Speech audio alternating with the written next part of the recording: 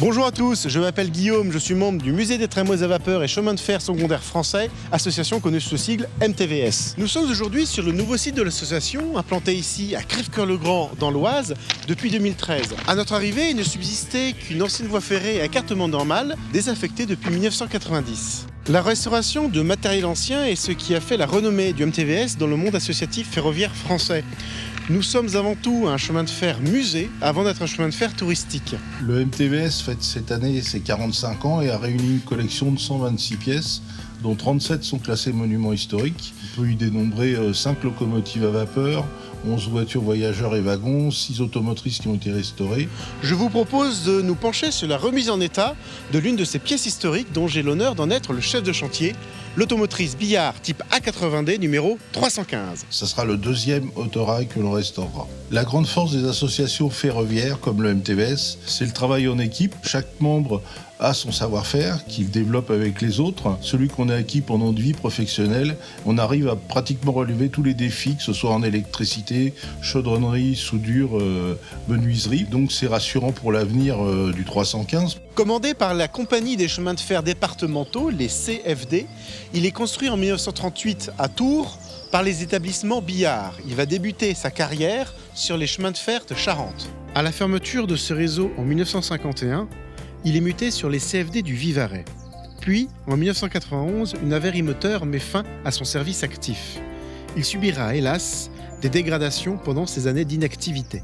Ce type d'engin a été très prisé par les chemins de fer secondaires français, et ce, dès les années 40 jusqu'aux années 70. Le Billard 315 est un engin mythique des campagnes françaises. Pas moins de 32 exemplaires ont circulé sur 11 réseaux de la métropole. Il fait partie de la mémoire collective des ferroviphiles et des touristes. En tant que patrimoine industriel, nous sommes très attachés à sa sauvegarde et à sa restauration pour promouvoir l'éducation populaire sur les chemins de fer secondaires en France. Malheureusement, une simple couche de peinture ne suffira pas à l'engin à être mis sur pied, mais bien une restauration en profondeur. Si l'association a su se faire reconnaître dans le domaine de la restauration de matériel ferroviaire, c'est bien grâce au sérieux des nombreuses restaurations, voire reconstructions, menées par l'association depuis sa création en 1976.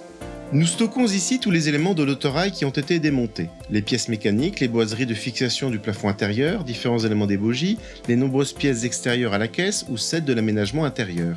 Toutes ont été restaurées puis étiquetées, numérotées, listées, voire pour certaines inscrites sur des plans. Ce travail ainsi réalisé permettra un gain de temps important lors du remontage. L'avantage de ce chantier de restauration est la présence de nombreuses pièces d'origine, et ce, quel que soit leur état. Et il existe ce genre de matériel dans d'autres associations. Avec cela, nous pouvons faire des échanges de références, d'archives, et pourquoi pas un éventuel partenariat. L'essentiel de ce projet, finalement, c'est d'œuvrer tous ensemble pour la préservation du patrimoine. Ancien n'est pas forcément synonyme d'inconfort.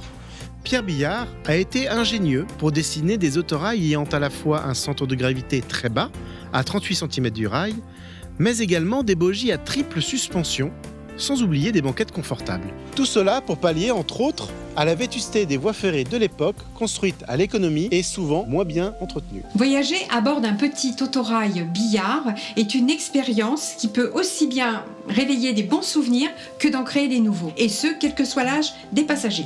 C'est avant tout une pièce de notre passé qui nous fait voyager littéralement dans le temps. Cette collecte a pour but d'aider l'association à financer les gros chantiers à venir. On y compte entre autres l'usinage de nombreuses pièces usées aussi bien par le temps que par les contraintes subies lors des circulations du passé. Un des gros chantiers sera la réfection complète de l'aménagement et l'habillage intérieur. Et là encore, le MTVS possède quelques atouts. Je suis un ancien scellé garnisseur au métier. J'ai l'agréable tâche de participer à la restauration d'un autorail Billard 315. Lorsque je découvre la face cachée de la conception de cet autorail, je retrouve dans l'ensemble toute la fabrication des autocars que j'ai connus dans ma vie professionnelle. C'est exactement la même conception. Le travail est parfaitement connu et il sera possible d'arriver à bout. Il n'est pas évident aujourd'hui de chiffrer avec précision le coût total de la restauration de l'autorail, mais il a été estimé entre 40 et 50 000 euros.